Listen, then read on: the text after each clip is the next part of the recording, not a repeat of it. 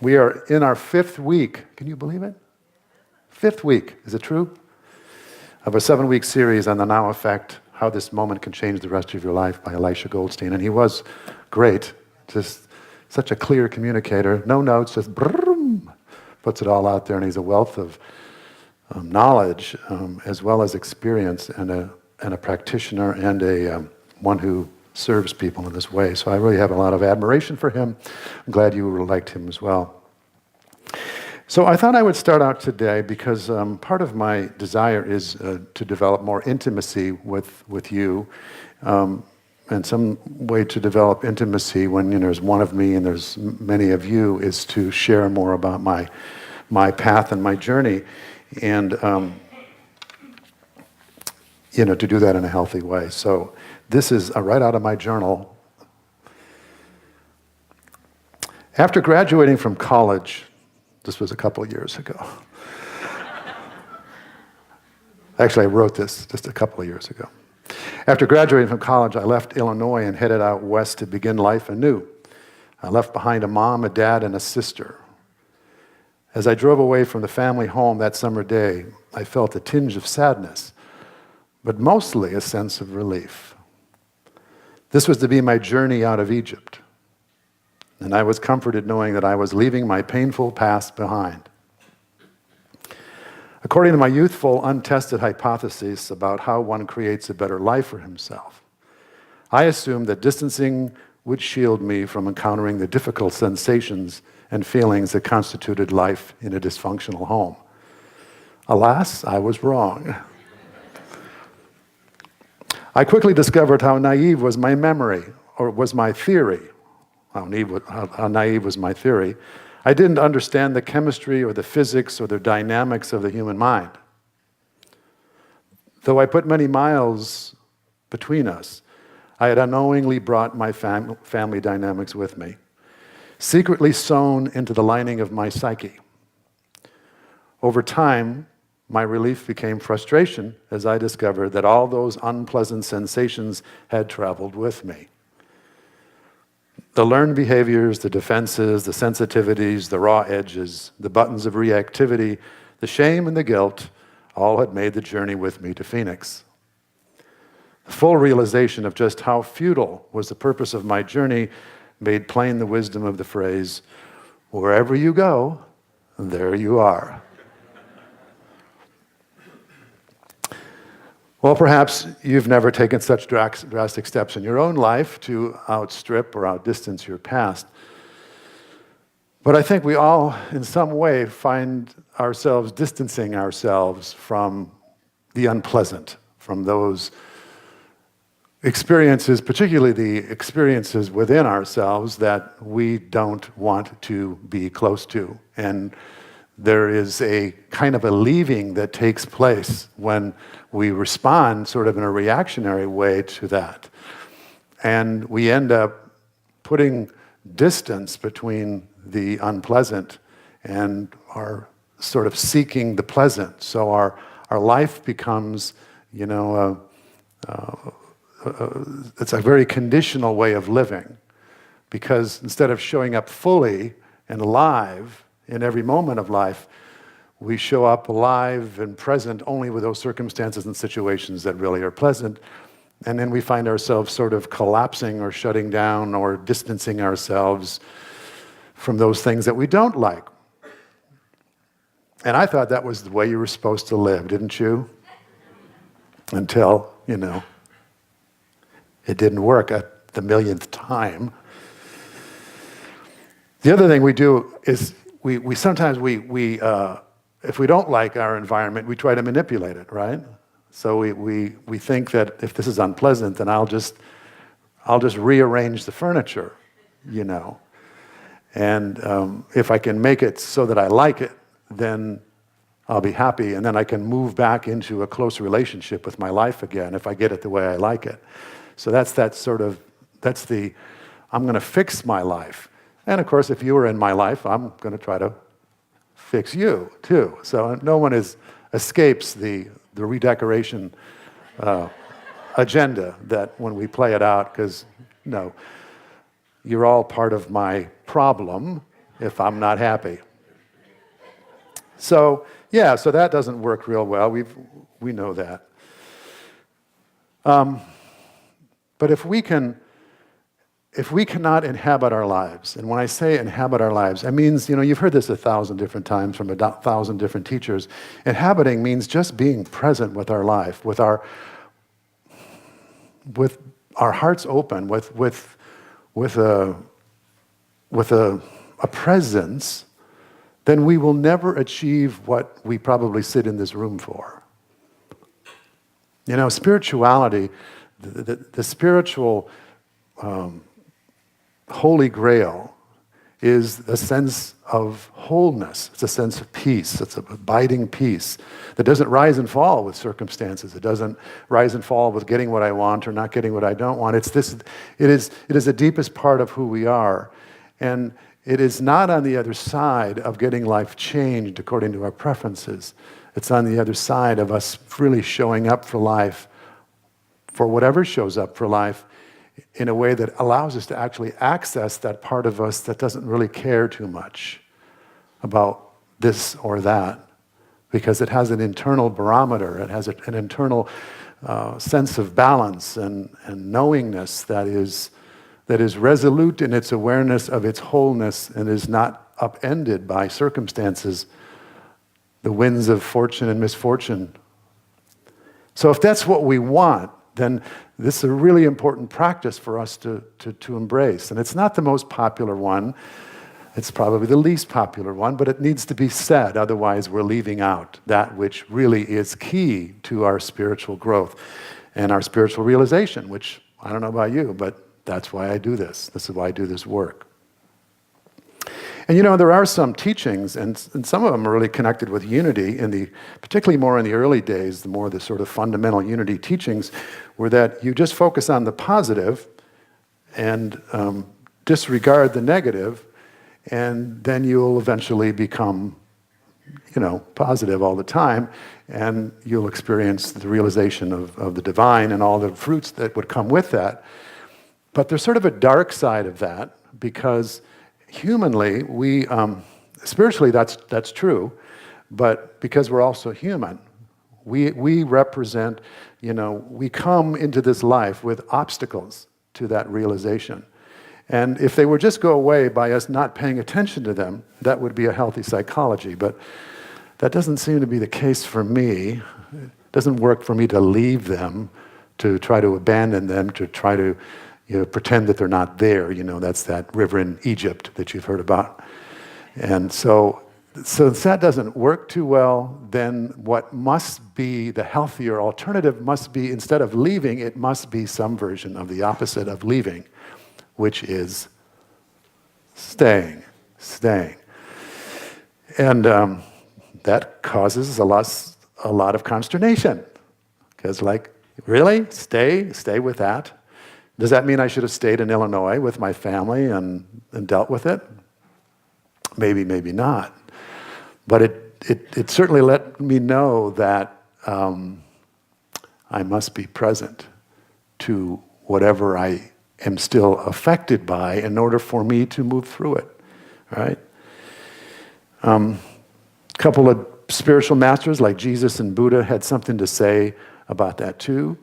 They both said in so many words that joy and satisfaction in life comes from fully inhabiting life and bringing presence and aliveness to life as it is now, right now. Buddha's famous expression was, the entire Dharma is to be experienced in this fathom-long body. Here we see suffering, the cause of suffering, and freedom from suffering in this body, in this embodiment. And Jesus said, the kingdom of God is spread upon the earth, and men do not see. The disciples were trying to ask him all the time, well, when is the kingdom coming? When is it coming? And he says, it's here, it's within, it's at hand. And he would say things like, you say 4 more months, then we'll have the harvest. And I say, the fields are already ripe. There is a inherent wholeness that is within each one of us. And it's not dependent upon things going a certain way, having the perfect parents or the perfect upbringing or the perfect situation or the right amount of money or the success or the status or all the things that the ego mind attaches as what is necessary for us to be happy in life. That part of us, that inherent wholeness part of us is immune from the effects of the world. But we, as human beings, are not immune from those things. And since we are the perceivers of our life, of our experience, that if we, and of course whenever I say we, you know I'm talking about me, the me that is we. When you all say, you wrote that talk just for me, and I said, yeah, the me that is we. The me that is we. If I do not work with what is standing in the way of realization, then it will remain an ideal. It will be a distant notion spoken by the master teachers, but never coming to a heart near mine, never visiting my abode, my abiding place, which is this life, this body, this consciousness, this awareness, because those things that would keep away the bad guys also has the control mechanism on the blessings. You know, we can't close our heart to those things that we don't like and somehow have a heart open for grace. And that doesn't mean that we embrace, we hang out with people we don't like and force ourselves to like what we don't like. But it does mean that it's a stance, it's an open stance of the heart that we have with all that arises that allows it to have a sense of that it belongs in some sense. Let it belong, because it's resistance, the opposite of something that belongs. It's resistance that it causes something to harden, to become more real, and to become something that would increase its obstruction to that grace that we're trying to get into our life. And I know you know this, but I know it too, and I forget. Is anyone forgetting? I forget all the time. I came across a new teacher. He's relatively new on the scene. I think his name is Panache Desai. You know Panache? Anyone know Panache? Some of you do. Panache Desai, beautiful man. He says this: there's a moment in the life of every great visionary, every great creative person, artist, philosopher, spiritual teacher. There's a moment in their lives when they finally embrace all that they are. And in doing so, they begin to uncover this dormant spiritual potential that is always and already living within them. When we reject ourselves, we suffer.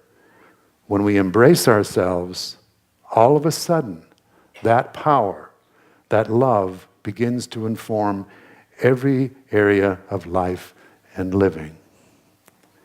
When we embrace ourselves, and that's all of who we are. It's the great paradox. Somewhere along the line, you and I learned that there were parts of ourselves that were acceptable and beautiful and should be put on display when company came over, and there were other parts of us that were to remain covered up and concealed and shunned. And so somewhere along the line, as that continued to be the story for us, we found ways of reacting to the unpleasant things in life with a way that cut us off, not only from those unpleasant experiences, but cut us off from our source. Because the God, the divine, whatever you call your higher power, does not judge or discern the parts of you that are likable and the parts of you that are not. You know, if we didn't get this from Jesus or the teachers who have come after him, we really missed the big message. Jesus' whole message was about love and acceptance and unconditional love. And, he would invite everyone at the table, all the people who were rejected or shunned from society, all were welcome at the table. Jesus recognized that what we all need to recognize, that love is the great transformer, not selective acceptance. And I'm not saying that you're that way with other people, but often we're very much that way with ourselves. Oh, I like this part of me. You want to see it? Here it is. Da, da, da, da. But here's my bad side. I'm not going to let you see that. And what we do by that, of course, is that when we don't like some part of ourselves and we shun it, then we usually drive it somewhere down inside of us, like a misbehaving child. We treat it like it needs to go to its room. And of course, when it's in its room, and it's just needing, like what every child needs, it needs a little attention now and then, it begins acting up.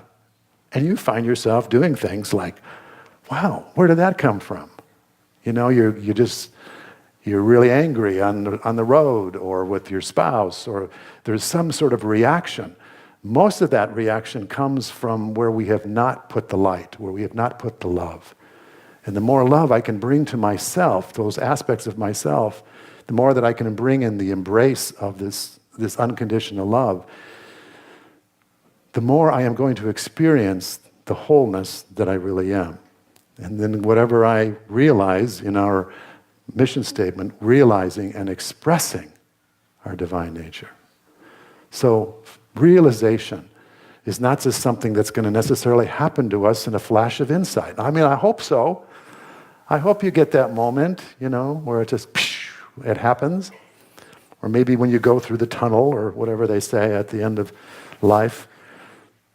But there's something we can do today. And what we can do today is what all the spiritual masters did. And that is to embrace ourselves, to bring more of ourselves into the fold of acceptance. And more of ourselves into the fold of life. And not stop living this schizophrenic life. One of the things that I learned as a minister was if you saw me when I started 18 years ago giving a talk, it would be nothing like this. It would be very polished. I would have a proper suit on and tie, and I would have all the right words, and it would sound like it was right out of a Charles Fillmore book, or, I wasn't very self-disclosing. And then I realized that whatever I don't disclose, that I am leaving out of my spiritual practice. And I don't believe in a God that would judge me, or that I couldn't bring all of who I am to it. So why can't I talk about my struggle with a congregation so that we can all begin to embrace ourselves? I think that's the journey home. It's not, we learned maybe from some theologies we came from that if we became good enough, if we finally became good enough and pure enough and righteous enough, that somehow we would find the keys to the kingdom open to us, either now or in some life after the death. But that's not what Jesus taught. That's not what we think he taught. Everyone is invited. The kingdom of God is spread upon the earth. The kingdom of God is within. And he had these references to these situations about being present to life too. The story of the 10 bridesmaids who were waiting for the bridegroom to come, and 5 of them had their lamps full of oil and extra oil to spare, and 5 of them did not have oil in their lamps. And when the bridegroom was to appear, the 5 that had no oil missed out. And the 5 that did were invited into the wedding and the banquet and feast. And this is a reference to consciousness. Having your lamps full is about consciousness and being in the present moment. It's being in the now moment. It's being ready. How more ready can you be than if you were here now? There is no more ready than that. Can you imagine being any more ready than being here now? You are ready for whatever is next, and you're fully present. I'm leaning into this moment with an understanding that there is a part of me that is invulnerable to life, and I bring all of myself to it, and I'm willing to throw the good, the bad, and the ugly on the altar of transformation. If not, then whatever we do not share will destroy us in some way. There's a quote from the Gospel of Thomas, is what you do not bring forth will destroy you. What you do bring forth will save you. So there's this notion, it's not just in psychology, but in spiritual understanding, that there is a liberating aspect to accepting ourselves and to bring all of ourselves to life.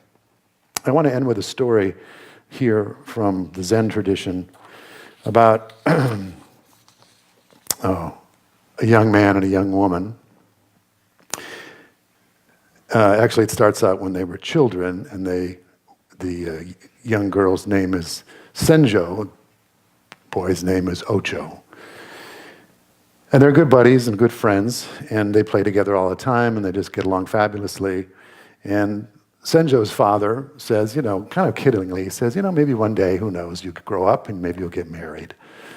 And so anyway, Senjo grows up, they both grow up, and when Senjo becomes a young woman, her father does what the culture dictates that he is to do, and that is to arrange for her to find a suitable person to be married. And so he picks somebody from another village. Well, Ocho hears this news, and he's devastated, just heartbroken. And he, that night, decides to leave. So he goes down to the river, and he gets in his boat. And just as he's getting in the boat, he hears this rustling in the bushes. And he sees this dark, shadowy figure. And when he's able to make it out, he sees that it's Senjo. And she's come to meet him at the boat, because she knew that once he heard that news, he would be devastated and he would leave. He would not be able to stay in the village. And so she says to him, Ocho, please, take me with you. And we will go off and we'll live our new life together. And so Ocho says, okay. And so she gets in the boat and they go down the river and traveling for several days, and finally they pull over into a new place. It's a new village. And they begin their life together, and they have a couple of children, and all is well for a time. But one day, Ocho comes into the kitchen, and Senjo is weeping, standing at the sink, and she's weeping. And he says, Senjo, what's wrong? And she says, I'm so sad. She says, I miss the family. I miss our town. I miss my father. And she says, I'm sorry. And he says, no, don't say any more. I know exactly how you feel. I've been feeling the same way myself. She says, maybe we just need to go back. And he agrees. And so they pack up their life and they get in the boat and they go back up the river a couple more days, and they land the boat at their village. And Ocho says, once you stay in the boat, let me go and talk to your father. And she says, okay. And so he goes up and knocks on the father's door. And the father opens the door, and he's surprised to see Ocho standing there. And says, somewhat sternly, what are you doing? What are you doing here? And Ocho, with the biggest smile he can muster, he says, I have Senjo, and I have your grandchildren. They're in the boat down at the river. And he said, and the father has this puzzled look on his face. He says, how can that be? What are you talking about? You must be insane. Senjo is in her room right now, and she's been in her room, and she's been sick since you left years ago. And he goes, no. Ocho says, no, you don't. No, I have Senjo and your grandchildren. Come see. And so the father doesn't believe, and he sends one of his servants down to the river to the boat. And the servant comes back, and sure enough, it says, it's Senjo, and there's two children. So Senjo in the boat.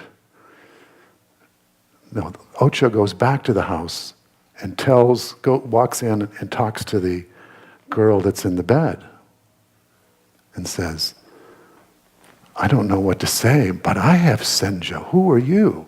And she looks exactly the same.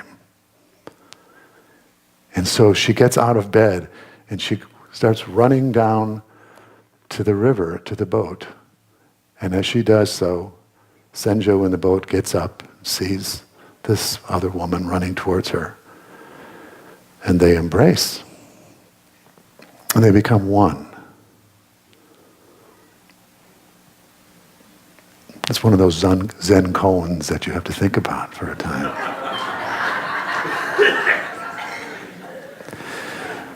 It's a story that has many implications, but it's useful to a notion that oftentimes when we feel conflicted in our life,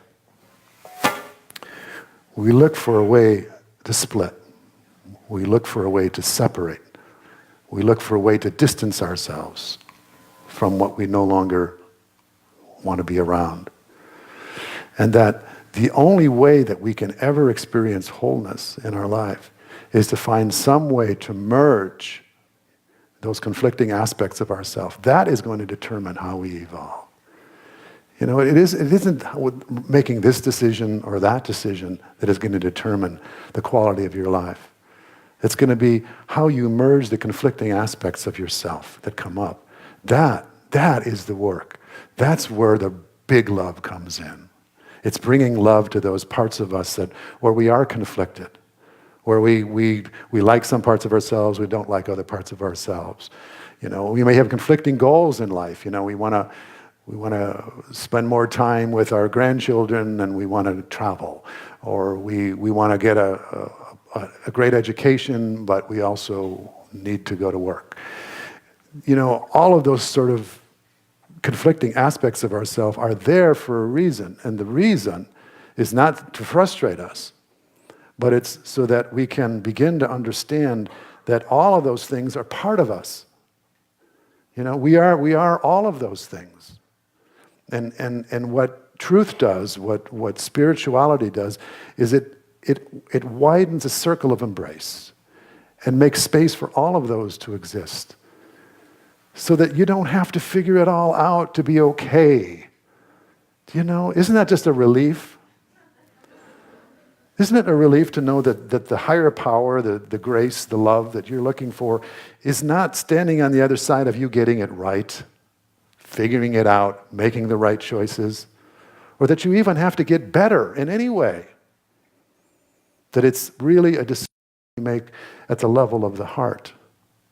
Because at the level of the heart is when we decide whether to be present or to close ourselves off.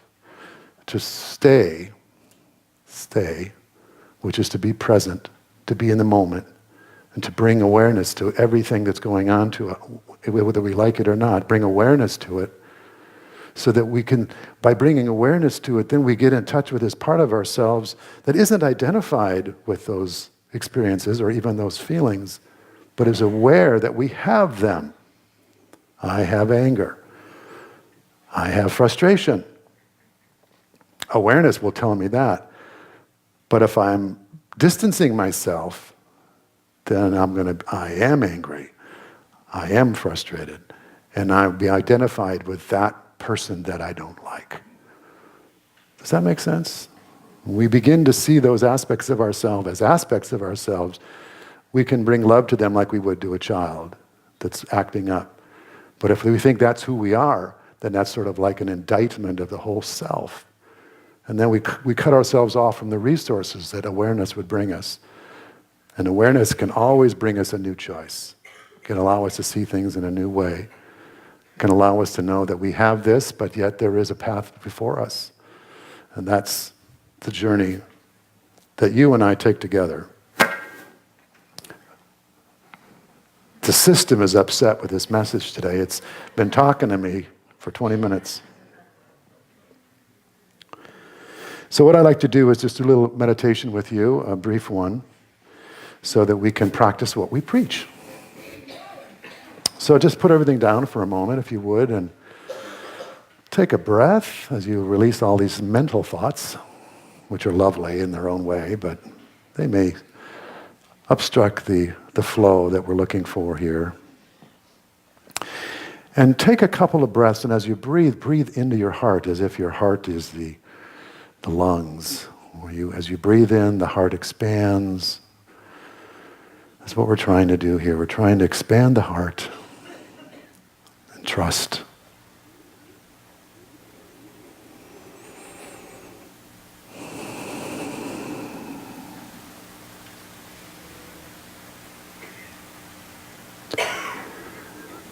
And when you feel this sort of more peaceful presence, just being here with yourself, just if you could imagine somebody who embodies unconditional love, just looking at you right now and saying, I just love you and accept you just the way you are. Just be here. You don't need to be anything for me. This is the divine invitation.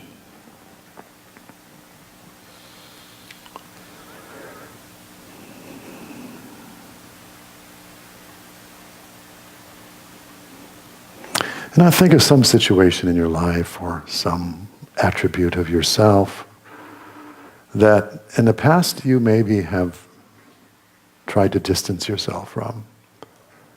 And I don't mean necessarily physically, because usually it's not that. But you've distanced yourself from your heart.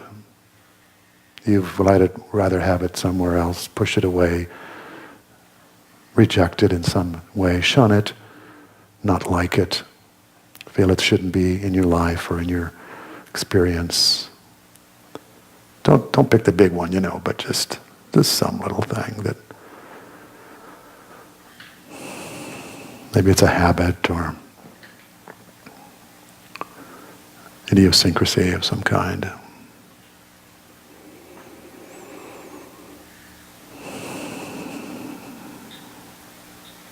Okay, you probably have one by now. And now I'd just like you to think about that thought and now place it in your heart, this unconditional loving place. Just see if you can hold it there as if you were immersing it in a container of love.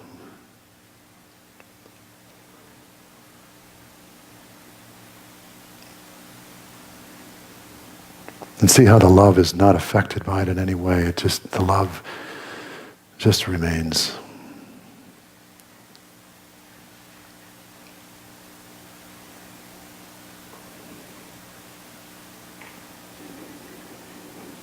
And now think about this particular thing that you had placed there before and see if it's changed in any way. Still in your heart, but now you're just thinking about it.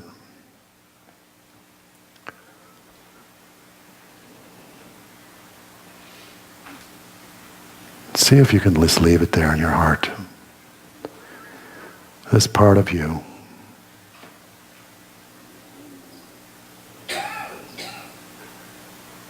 You don't have to like it even, but you just know that it's loved, it's accepted, it's okay.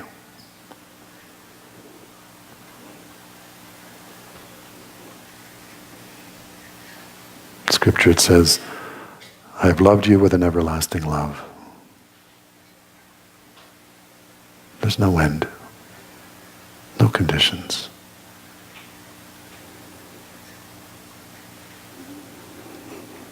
And so just come back to this time and this place now as we acknowledge that this is an inner process that we do together. And that we have this capacity to transform these experiences through the power of love. That's the grace of life. The ego needs a million arguments to change its mind, and all still will have questions to go. But the heart, there are no questions. There is only one answer. It's the non-dual perspective. And that's where you and I want to live and move and have our being.